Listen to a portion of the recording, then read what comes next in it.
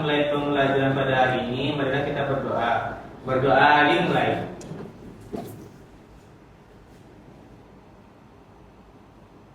Berdoa selesai. Baik, Ibu cek kehadiran terlebih dahulu. Siapa yang tidak hadir pada pagi hari ini? Semuanya hadir, Bu. Alhamdulillah. Baik, sebelumnya kita belajar tentang teks berita. Apakah benar? Benar, Bu. Nah, siapa yang masih ingat apa itu teks berita? Saya, Bu. Teks berita adalah teks yang menyampaikan kabar atau informasi secara aktual dan faktual kepada masyarakat atau khalayak ramai, Bu. Nah, benar sekali. Teks berita adalah teks yang menyampaikan informasi kepada khalayak. Nah, sekarang kita akan belajar sesuatu yaitu teks debat. Nah, siapa di sini yang pernah nonton debat? Saya, Bu. Nah, silakan Tina. Saya pernah nonton debat ketua OSIS, Bu. Ya, benar sekali Tina. Zahra sama Tiara, fokus dulu ya. Iya, Bu. Ya, Tiara. Iya, Bu. Siapa lagi yang pernah nonton debat? Saya, Bu. Ya, Putri silakan. Biasanya saya nonton debat di TV dan di sekolah, Bu. Wah, benar sekali ya. Jadi anak-anak ibu sudah punya gambaran. Dalam teks debat terdapat suatu isu. Pihak yang setuju, yang tidak setuju terhadap suatu isu. Tujuannya bukan untuk bertengkar, tetapi untuk menyampaikan argumen secara logis dan santun. Nah, tujuan pembelajaran kita pada pagi hari ini adalah anak-anak itu dapat menjelaskan pengertian teks debat, mengidentifikasi ciri-ciri teks debat, dan menentukan struktur dalam teks debat. Nah, sebelum masuk ke materi, kita speaking terlebih dahulu agar anak-anak ibu semangat untuk memulai pembelajaran pada pagi hari ini. Apakah semuanya siap? Siap, Bu. Oke, silakan berdiri.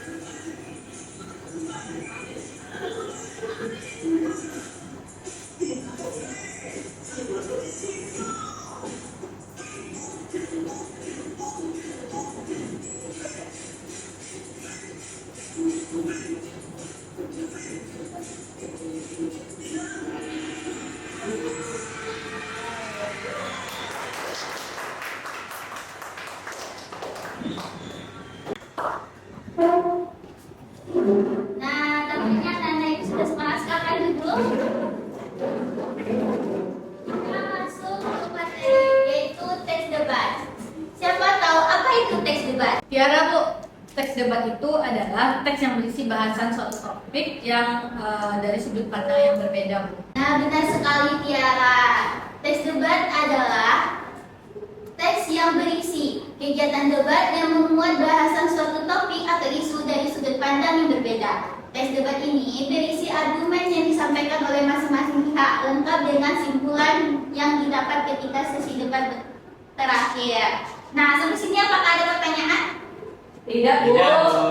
Nah, jika tidak ada lagi pertanyaan, kita masuk ke ciri-ciri kebahasaan dalam teks debat. Siapa yang tahu apa saja ciri-ciri kebahasaan dalam teks debat? Saya Bu, Yes, atau mau ada? bersifat objektif meski memihak Bu. Benar sekali Mawada. Tiara, Zahra, fokus dulu lihat temannya ya. Ya Bu. Nah, benar sekali Mawada. Siapa lagi yang tahu apa saja ciri-ciri kebahasaan dalam teks debat? Saya Bu. Ciri lainnya itu menggunakan kalimat persuasif Bu. Nah, benar sekali Jeffy. Ada lagi? Nah, jika tidak ada lagi, kita Tiara bisa konsentrasi. Bisa Bu. Ya. Tolong perhatiin ya Tiara. Nah, ciri-ciri dalam teks, ciri-ciri kebahasaan dalam teks debat ini ada 4. Yang pertama menggunakan kalimat persuasif. Yang kedua kata penghubung logis seperti karena, sebegitu, namun, dan di sisi lain. Yang ketiga menggunakan kalimat retoris. Dan yang terakhir bersifat objektif mesti memihak. Nah, selanjutnya yaitu struktur teks debat. Teks debat, struktur teks debat terdapat ada 3. Yang pertama pernyataan posisi, argumen, dan penegasan ulang. Pernyataan posisi di sini adalah yaitu pembuka, pernyataan topik dan sikap. Argumen di sini adalah terdapat pada isi, ada pihak pro dan kontra yang menyampaikan alasan. Dan penegasan ulang posisi di sini adalah bagian penutup yang menyimpulkan dan memperkuat pendapat. Apakah ada pertanyaan sampai sini? Saya Bu. Ya, silakan Jupri. Bu, apakah debat itu harus selalu ada dua pihak Bu? Nah, pertanyaan yang bagus Jeffrey. Di dalam tes debat itu ada pihak pro dan kontra, pihak setuju dan tidak setuju, tetapi tidak selalu dua pihak, ada multi pihak dan tim. Nah, sampai sini apakah Jeffrey paham? Paham Bu. Apakah ada lagi pertanyaan? Tidak ada Bu. Nah, jika tidak ada lagi, Sama tidur Bu. sama? Ya Bu. Bisa sama perhatiin dulu ya. Baik Bu. Ya, perhatiin dulu ya sama. Nah, jika tidak ada lagi pertanyaan, Ibu mau anak-anak Ibu berdiskusi di dalam kelompok. Ibu akan membagi anak-anak Ibu menjadi 3 kelompok. Nanti Ibu akan memberikan satu teks debat sederhana. Anak Ibu akan menentukan struktur yang terdapat di dalam teks debat tersebut. Apakah semuanya siap? Siap Bu. Nah, kelompok 1 ada Siti, Vanessa, dan Jeffrey. Kelompok 2 ada Pina, Putri, dan Mawada. Kelompok 3 ada Jauh ya. Yoni, sama Tiara, dan Zahra. Silakan duduk ke kelompok. Saya sini.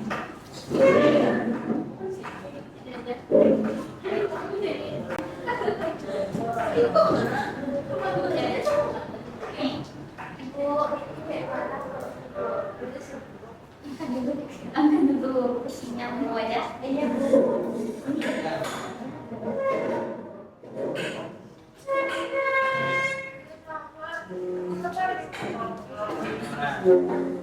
Mana Rita?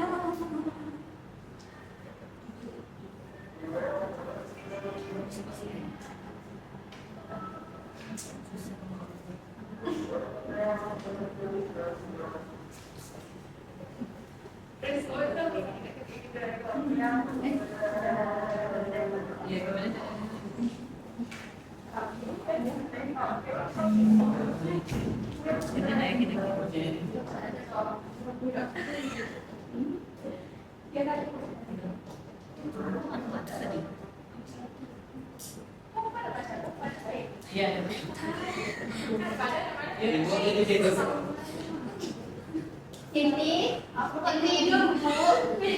ibu.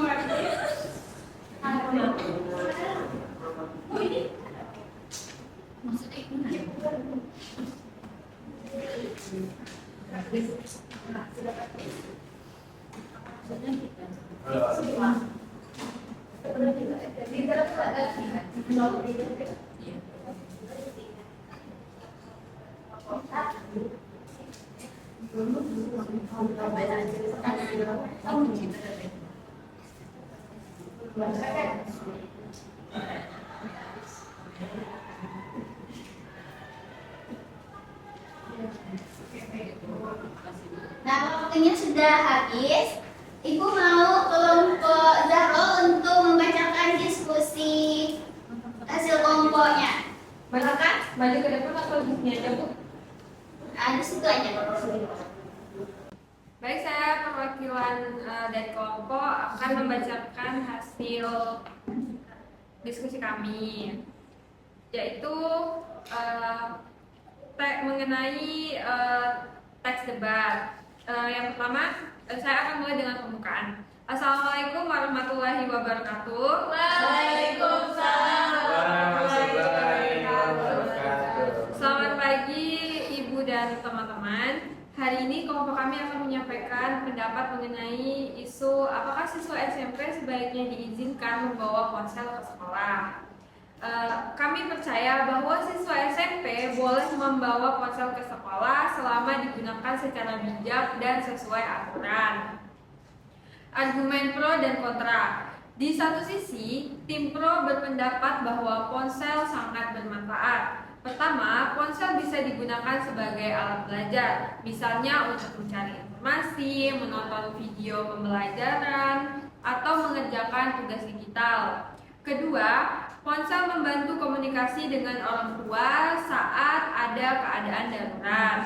Namun, tim kontra juga punya alasan. Pertama, ponsel bisa mengganggu konsentrasi saat belajar, apalagi kalau digunakan untuk main game atau media sosial. Kedua, resiko penyalahgunaan seperti menyontek atau menyebarkan konten yang tidak pantas. Kemudian penegasan ulang posisi. Meski ada resiko, bukan berarti ponsel dilarang. Solusinya adalah membuat aturan yang jelas, seperti ponsel hanya boleh dipakai di luar jam pelajaran. Kedua, tidak boleh dipakai saat guru mengajar. Ketiga, dan guru atau wali kelas bisa memantau penggunaannya. Jadi, dengan pengawasan yang tepat, membawa ponsel ke sekolah justru bisa mendukung proses belajar, bukan menghambat. Terima kasih atas perhatiannya. Saya akhiri. Wassalamualaikum warahmatullahi wabarakatuh. Waalaikumsalam warahmatullahi wabarakatuh. Dan bagus sekali ya kelompok 2. Beri tepuk tangan untuk kelompok 2. Nah, kita terasa kita sudah berada di penghujung waktu.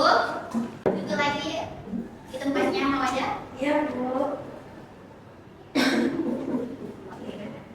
Sama.